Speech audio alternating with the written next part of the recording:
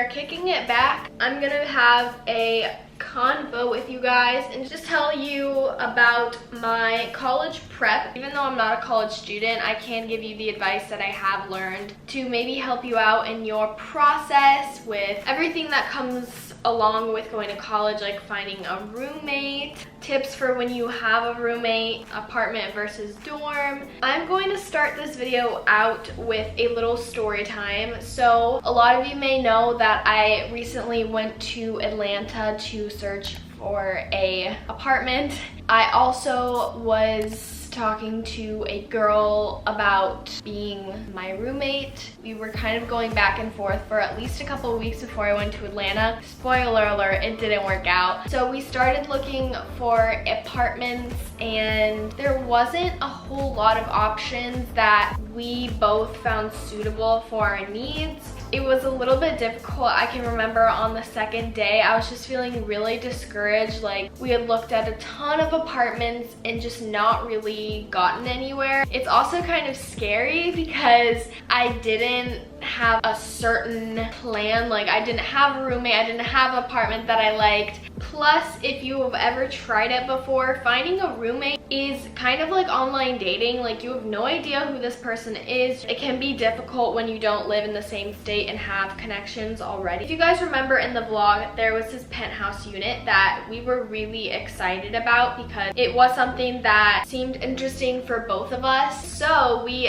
actually extended our visit 4 or 5 hours in Atlanta because we were driving. So just so we could view this apartment with people already living in it. Guys, this apartment, you cannot tell on the video because I only showed like literally 10 seconds of a clip of what would have been my room, but it was so messy. I don't even know, guys. Like, there were puppy pee pads with pee on the floor, and then I could barely walk around because there were clothes and just stuff everywhere, like food on the floor. We were like willing to accept the apartment and seeing it in that state. That's like how kind of excited we were about this unit. But the unfortunate thing about most floor plans, there would be a big bedroom and then a smaller bedroom. So almost like this was meant for like a family to have their kids in that room. The conversation came up like, okay, so if you have the bigger room with the balcony, would you pay more? I just think that's fair to pay more if you have a bigger room, more square footage. Basically, I knew that I would need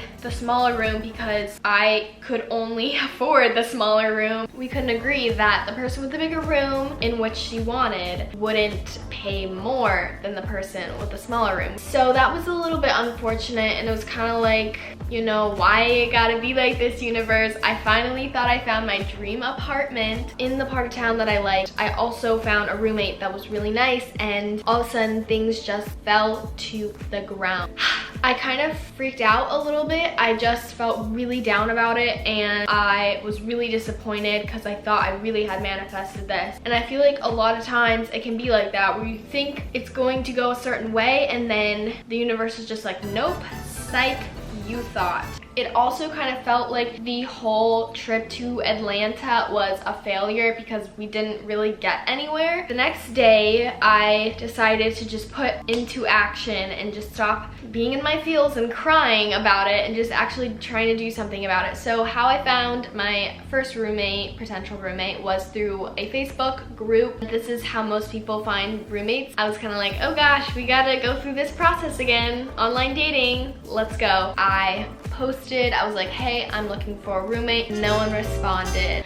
And then my mom actually found this post from a girl who was saying that she had a penthouse or was going to move into a penthouse in this building that happened to be right in front of the building of my dream penthouse that I was looking at before. Crazy. So she said that she already had a roommate and it would be a 3-bedroom penthouse and they needed someone to fill the 3rd bedroom, which was the biggest bedroom with a balcony. And since it was 3 people living in it, it's something that I could afford because 3 bedrooms is usually cheaper than 2 bedrooms. Even in the penthouse that I was looking at, my bedroom was like very small. You could only probably fit 2 side tables and maybe a dresser, maybe, but it would kind of be like tight. I was glad that the room was big enough and something that I could afford. I messaged the girl and I said, hey, what's up? Like, blah, blah, blah. We just talked. Kind of nervous, honestly. This is kind of nerve-wracking. Later that night, I think, we hopped on a FaceTime call. Hi.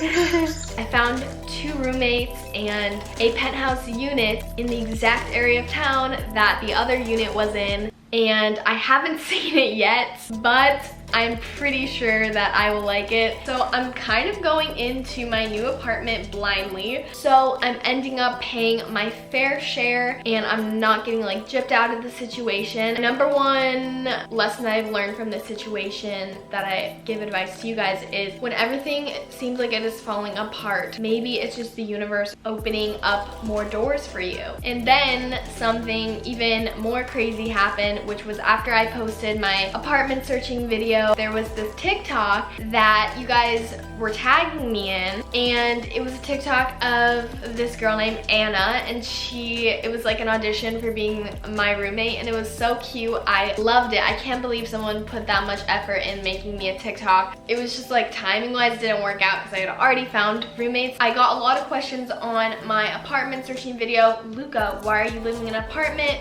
Dorm is the way to go, especially for when you're a freshman. And there is 2 ways to look at it, I guess. One way, yes, of course, there is an advantage of living in an apartment because you're gonna meet more people in the hallways. There's just so many things about it that are really good. For my certain case scenario, my job is making YouTube videos and I need a lot of space and I need some good lighting. I know it sounds superficial, but I need a nice area, and sometimes the dorms don't have a lot of factors that you can control. And then the other thing for me was food. I just didn't want to have to eat the college's food. I'm a vegetarian. I like making my own meals. I like staying healthy.